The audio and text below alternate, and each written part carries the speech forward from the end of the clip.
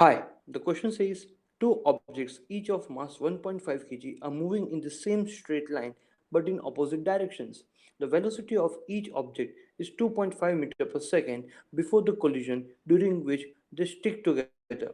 What will be the velocity of the combined object after collision? Let's write the solution for this.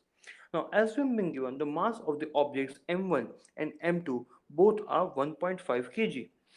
Now, their velocities before collision, as mentioned in the question, is 2.5 meter per second for m1, and for m2 it is also 2.5 meter per second, but since it is in the opposite direction, we write v2 to be minus 2.5 meter per second. So after collision, the total mass will be m1 plus m2 equals to 3 kg, because it is mentioned in the question that the masses will be combined. So now they will be having a combined velocity. Let us say that velocity is v. So if the momentum is conserved, your momentum before collision must be equal to the momentum after collision.